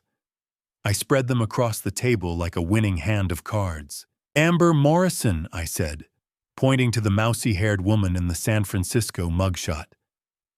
"That's the woman you married. She didn't pick you because you're a genius, Nathan. She picked you because you were the easiest lock to pick." I saw the realization hit him a physical blow that made him wince. He tried to defend her, to mention their partnership, but I cut him off by sliding the printed emails across the table. I highlighted her words, "dead weight" and "liquidated," and his own one-word betrayal, "agreed." "No. She said we were a team," he whispered, staring at his own signature on the screen. "She said you were the one holding me back." How much does a man's pride weigh when it's being crushed by the truth? I watched him fold inward, his spirit, breaking under the weight of 100 different lies. But I wasn't finished. I had one more piece of ammunition, the cruelest truth of all. I revealed to him that I hadn't just bought the debt. I had contacted the bank 20 minutes before this meeting started and had every corporate credit card tied to his name frozen. He couldn't even pay the building's security to remove me if he wanted to. He was a king without a treasury, a CEO without a company. I leaned over the table, my face inches from his, the smell of high-end toner and his own panic sweat thick in the air. The slick, cold feel of the legal documents was the only thing between us. I had saved the worst revelation for the end, the one that would ensure he never looked at Sienna with anything but horror again.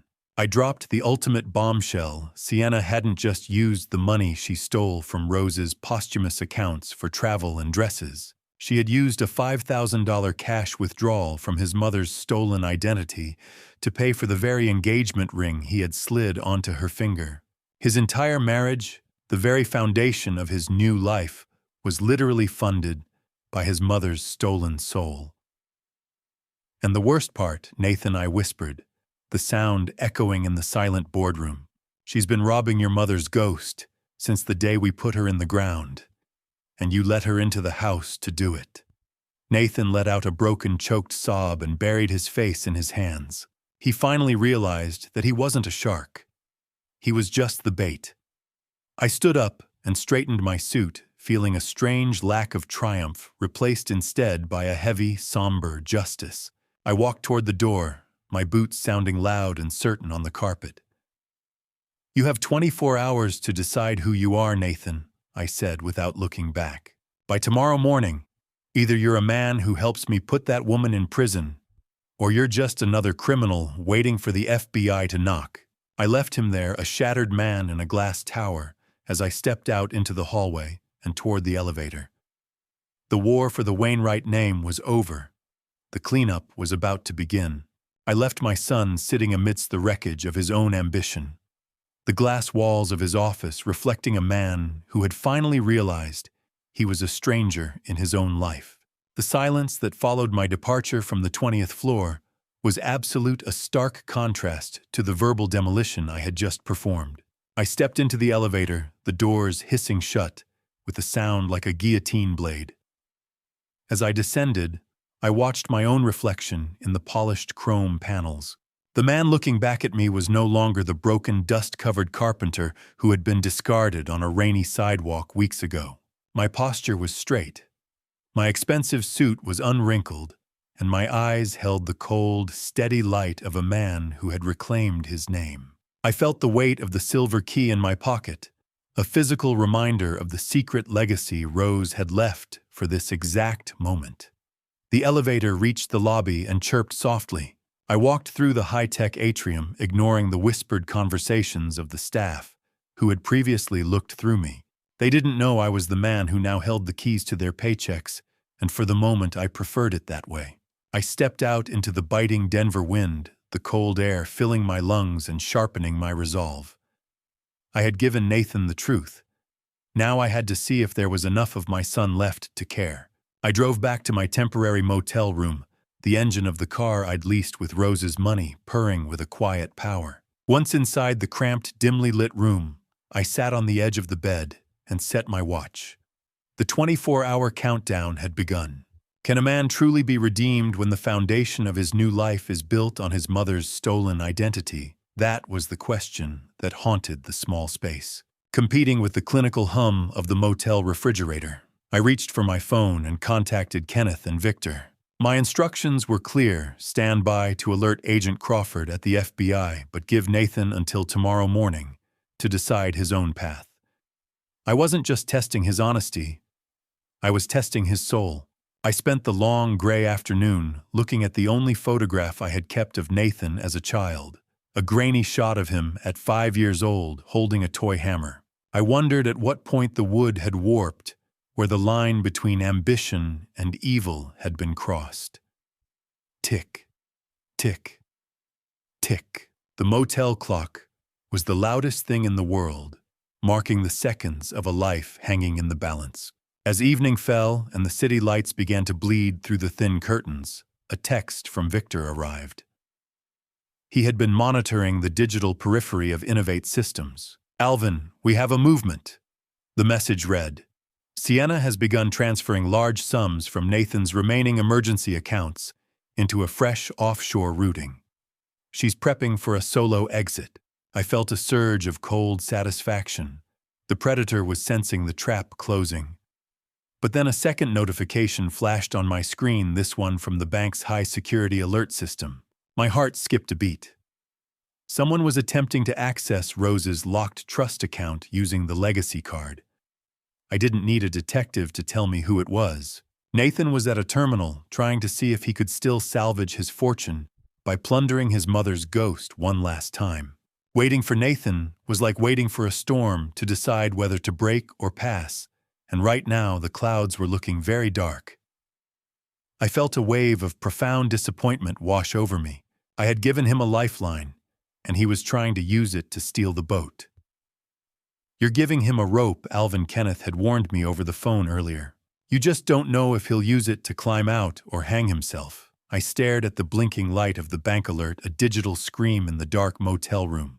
My rage, which had been a cold, steady flame, flared into a protective heat for Rose's memory. I imagined Sienna back at the Highlands house right now, probably packing a bag in the bedroom I had shared with my wife for 40 years. She was likely sleeping in Rose's bed and using Rose's name to sign for her escape. The violation felt physical. I wanted to drive there to tear the door down and throw her out myself, but I forced my hands to stay still. Nathan had to be the one. If I did it for him, the redemption wouldn't stick.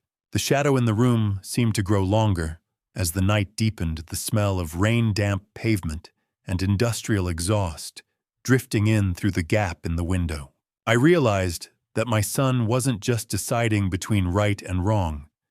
He was deciding between being a man or being the thief Sienna had taught him to be. I looked at the phone, waiting for it to ring, waiting for the one call that would tell me my son was still in there somewhere.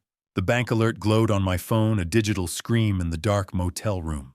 And I realized that Nathan wasn't just deciding between right and wrong. He was deciding between being a man or being the thief Sienna taught him to be.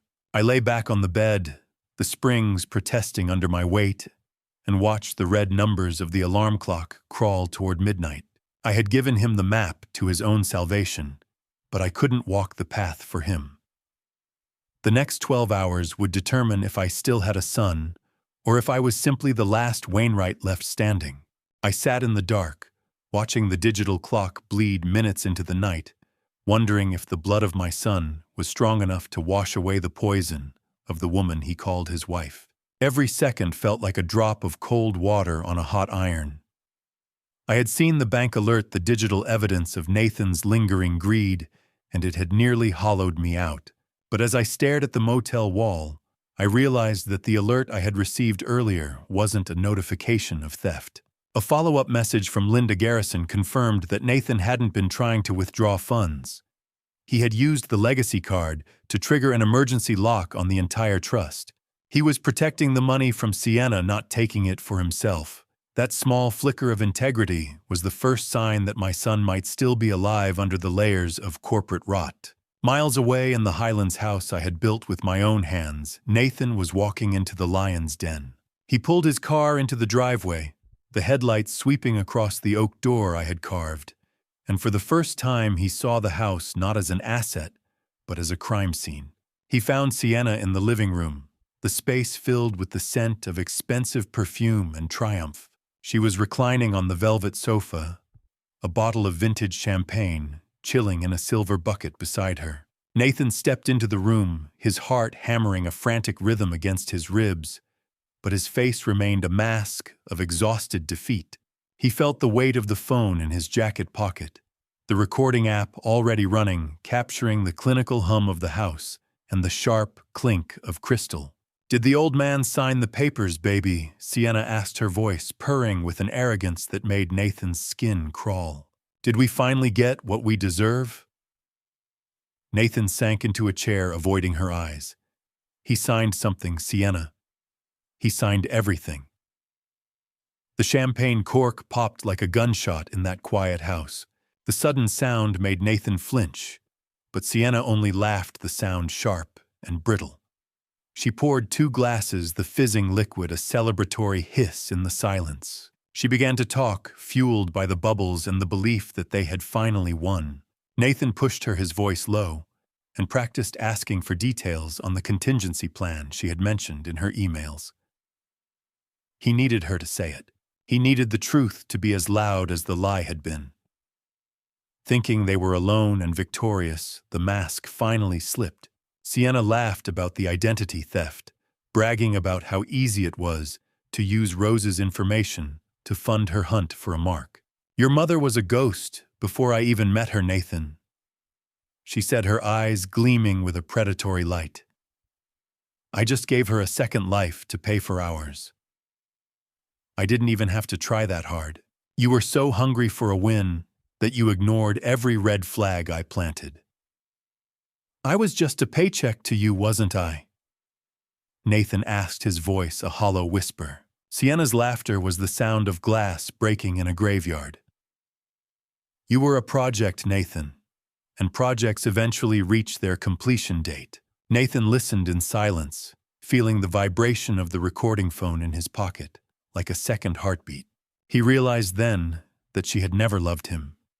He was merely a balance sheet with a weak spot. The realization was a physical weight, a crushing pressure that made the air in the room feel thin and recycled. Sienna continued to boast detail after detail of her long con, spilling out oblivious to the fact that she was weaving her own noose.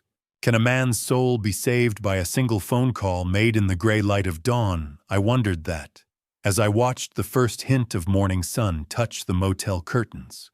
At exactly 7 a.m., my phone rang. I answered it on the first vibration. Dad Nathan's voice was a broken shell of its former corporate confidence. It was the voice of the boy I used to carry on my shoulders, stripped of all the artifice and arrogance. "Dad, she's a monster.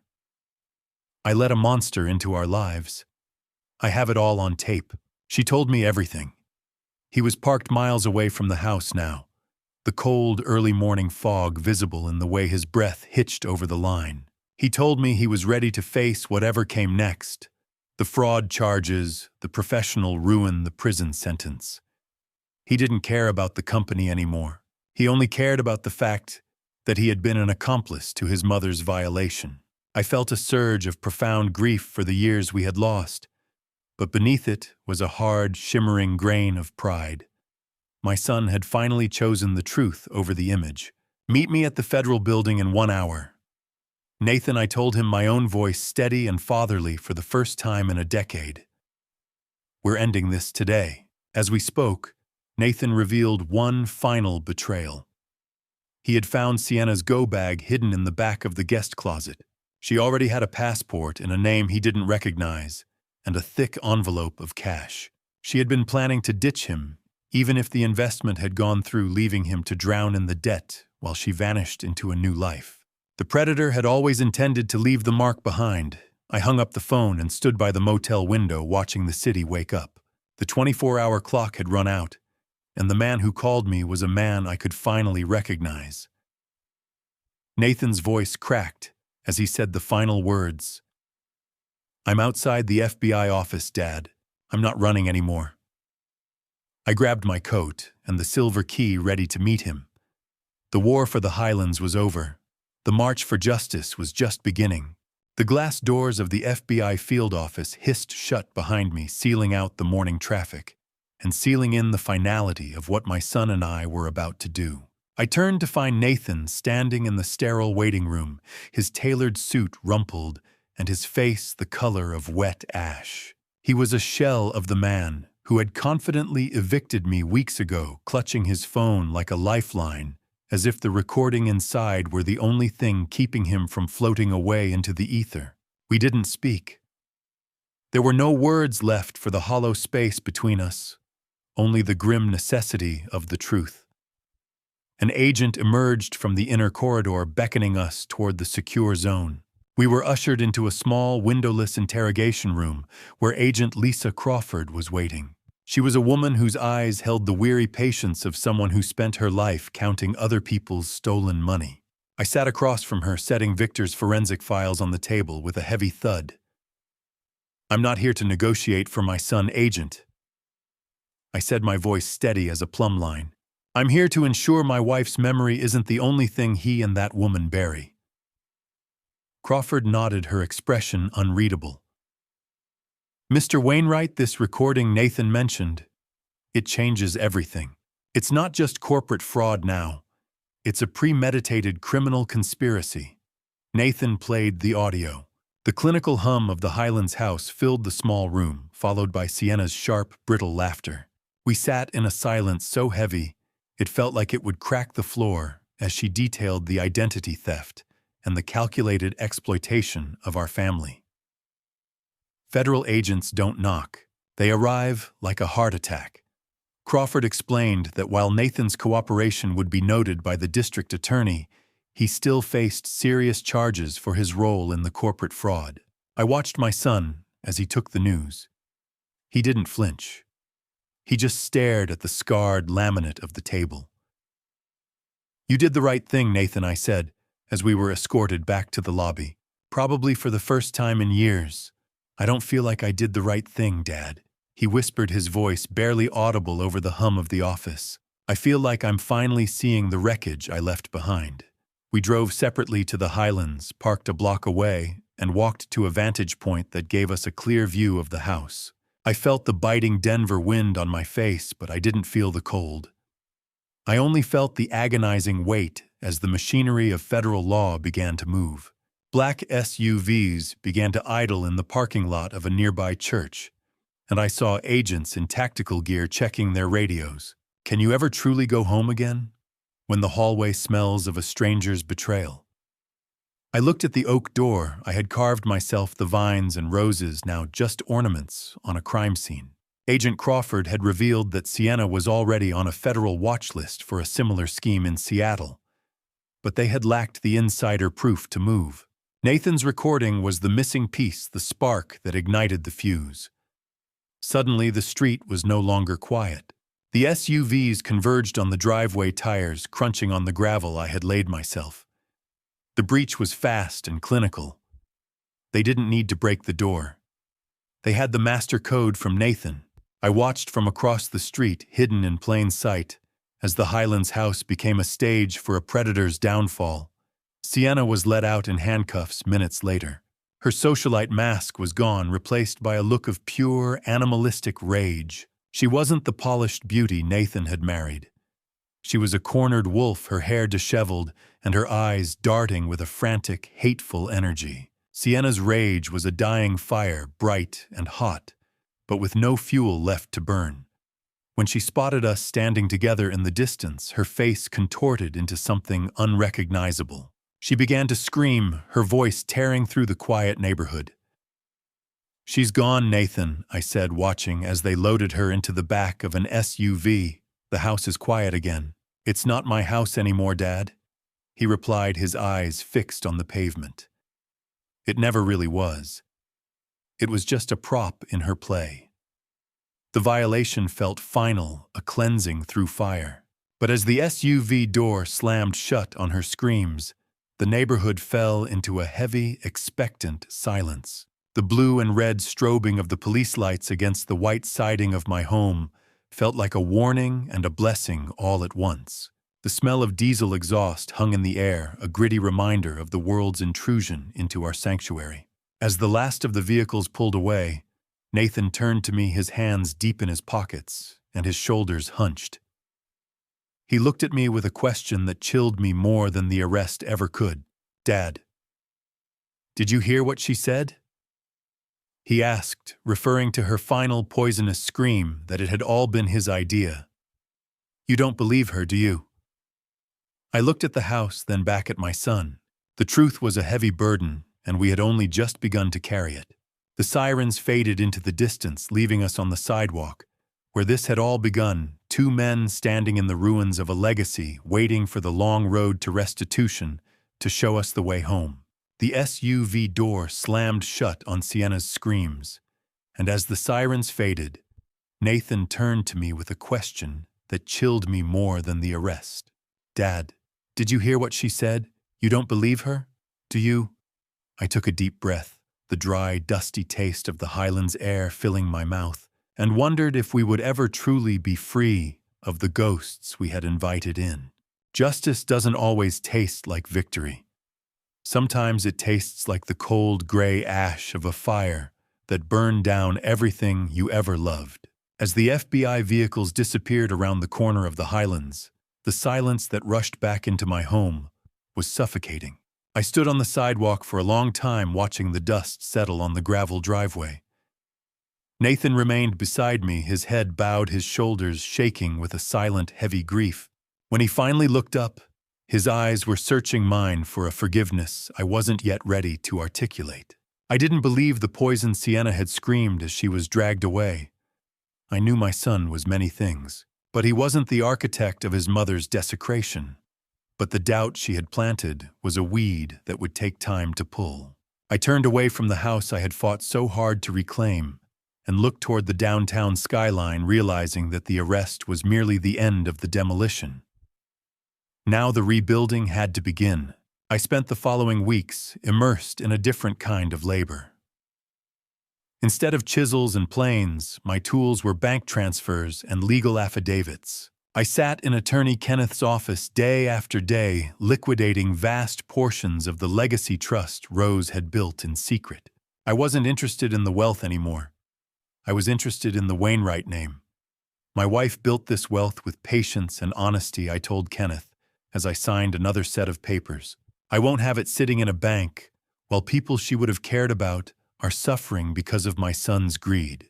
Kenneth tried to counsel caution, noting that I wasn't legally obligated to pay the full interest to the defrauded healthcare systems, only the principal. I didn't even look up from the check. I'm not doing what's legal, Kenneth. I'm doing what's right. I personally visited the boardrooms of the regional healthcare system and the manufacturing plant, offering not just the checks that would keep their doors open, but a sincere hat-in-hand apology. The scratching of my fountain pen on those high-value checks was the only sound in those sterile rooms, a rhythmic penance for the shame Nathan had brought upon us. A name is like a piece of fine wood.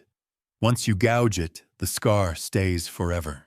I felt a sense of craftsmanship in rebuilding our integrity layer by layer until the Wainwright name could be spoken again without a wince. By October, the air in Denver had turned sharp, and the trial began in federal court. I was forced to sit in the gallery, the cold, unforgiving hardness of the gallery bench pressing against my spine as the gruesome details of the identity theft were aired out for the world to see. I watched Sienna Blake sit at the defense table, her socialite mask finally discarded for a look of calculated, icy indifference. But the real pain came when Nathan took the stand. He looked like a shadow of the man he had been, his expensive suits replaced by a somber, ill-fitting blazer. He delivered a harrowing confession that spared no detail of his own complicity or Sienna's expert manipulation. When the recording of Sienna laughing about Rose's second life echoed through the courtroom, I felt the air leave the room. There was an audible gasp of disgust from the jurors, a collective recoiling from a depravity that exceeded mere financial gain. During the cross-examination, the final layer of Sienna's deception was peeled away. It was revealed that she had already started a new profile on another wealthy Denver widower while she was still living under my roof, proving that her supposed love for Nathan had been entirely transactional from the first second. How do you watch your own son walk into a prison cell and feel like you finally saved him? It was a question that haunted me through the final days of the proceedings. The jury didn't take long. They returned a swift verdict of guilty for both defendants on all counts of wire fraud and conspiracy. The judge, a man who looked like he had seen too much of the world's rot, called for sentencing immediately. He spoke of the sanctity of the deceased and the predatory nature of the crimes. Sienna was sentenced to 8 years in federal prison. Nathan, due to his total cooperation and the restitution efforts I had spearheaded, received 18 months. I watched the bailiff approach my son, the metallic jingle of the keys sounding like a funeral bell. As the handcuffs snapped shut, I saw a flicker of relief in Nathan's eyes. The lies were finally over. The weight he had been carrying for years had finally crushed him, but in the breaking, he looked more like a Wainwright than he ever had in a boardroom. "I'll be waiting when you get out, Nathan," I whispered as they led him past the gallery. Just make sure the man I meet then is someone your mother would recognize. He stopped for a split second, his eyes wet. Thank you, Dad, he mouthed, for not letting me get away with it.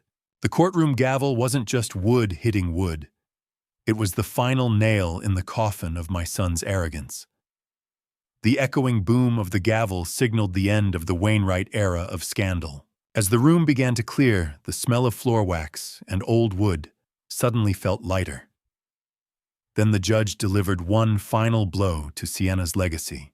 He announced that her remaining offshore accounts, the ones she thought were buried in the digital ether, had been seized and would be added to the restitution fund I was managing. Sienna let out a strangled cry of rage as she was led away, her power finally utterly stripped.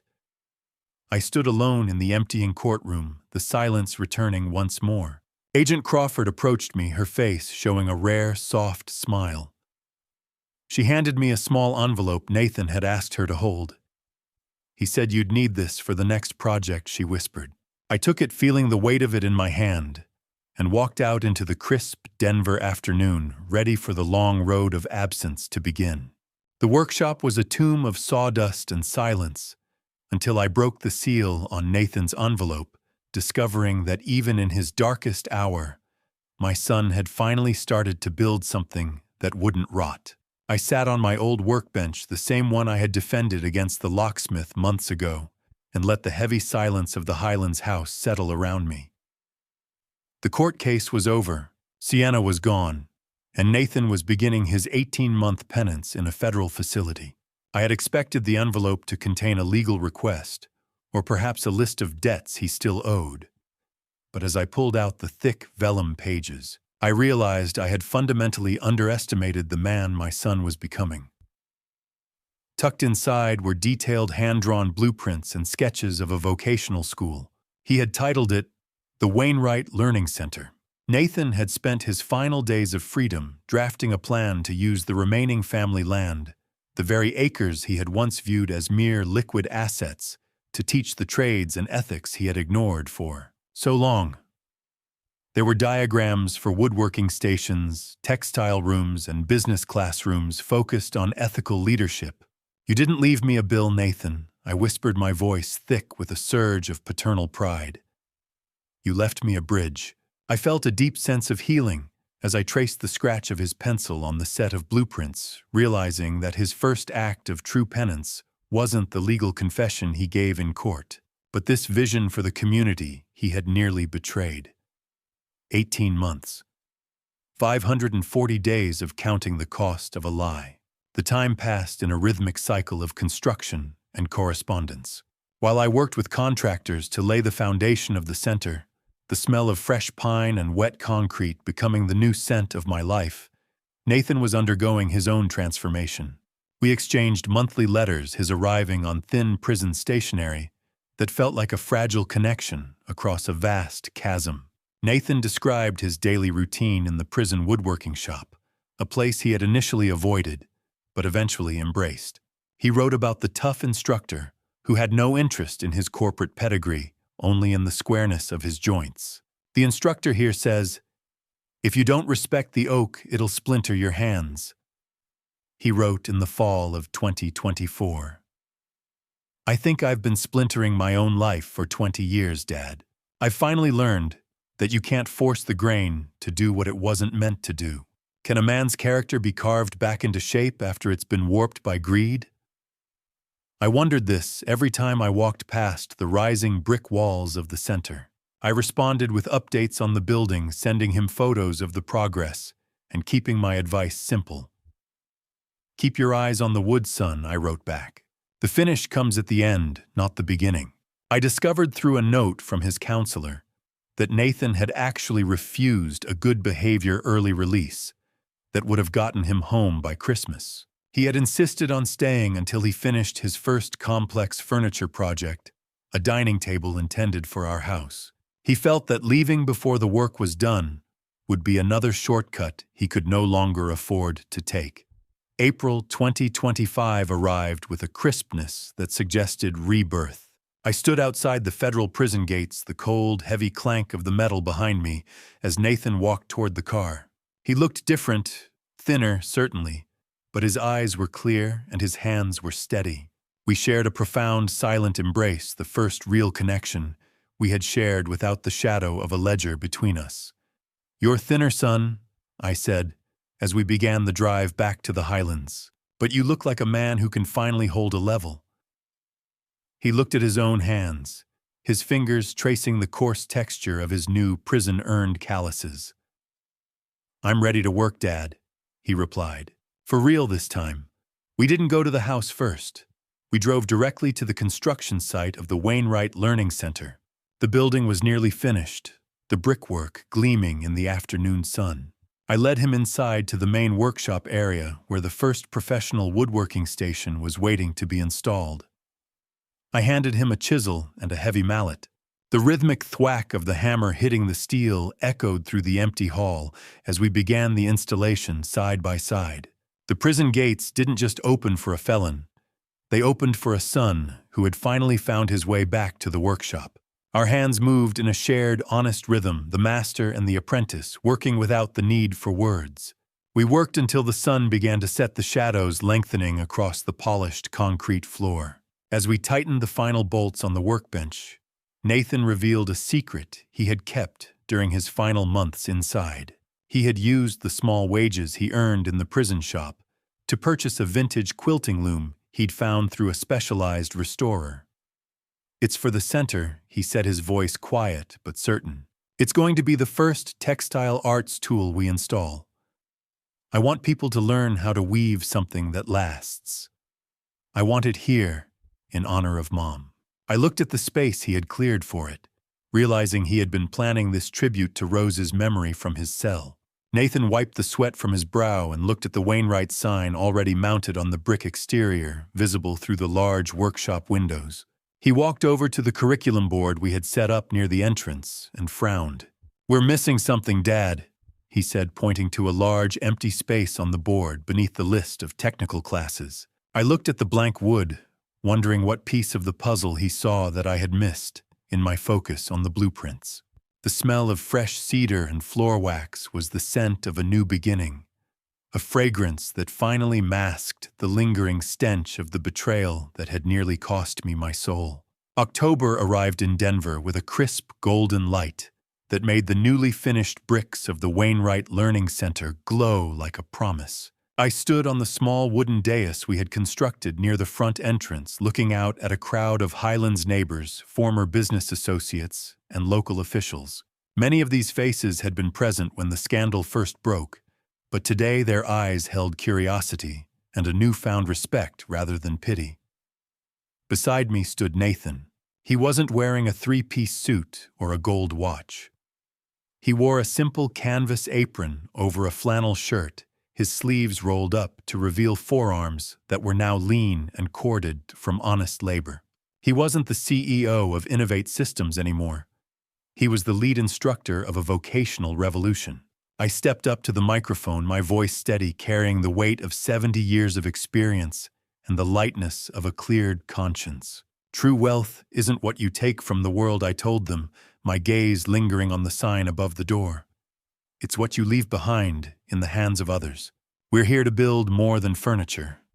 We're here to build characters that won't warp under the heat of greed." I gripped the oversized scissors and felt the ribbon give way, a simple snip that signaled the end of my exile and the birth of a legacy Rose would have been proud of. Nathan leaned in as the applause rose, his face showing a quiet humility that the community had begun to respect. "I'm just here to teach what my father tried to show me 20 years ago," he whispered. "I hope I'm a better student this time. Have you ever seen a man find his way home by walking through a prison gate?"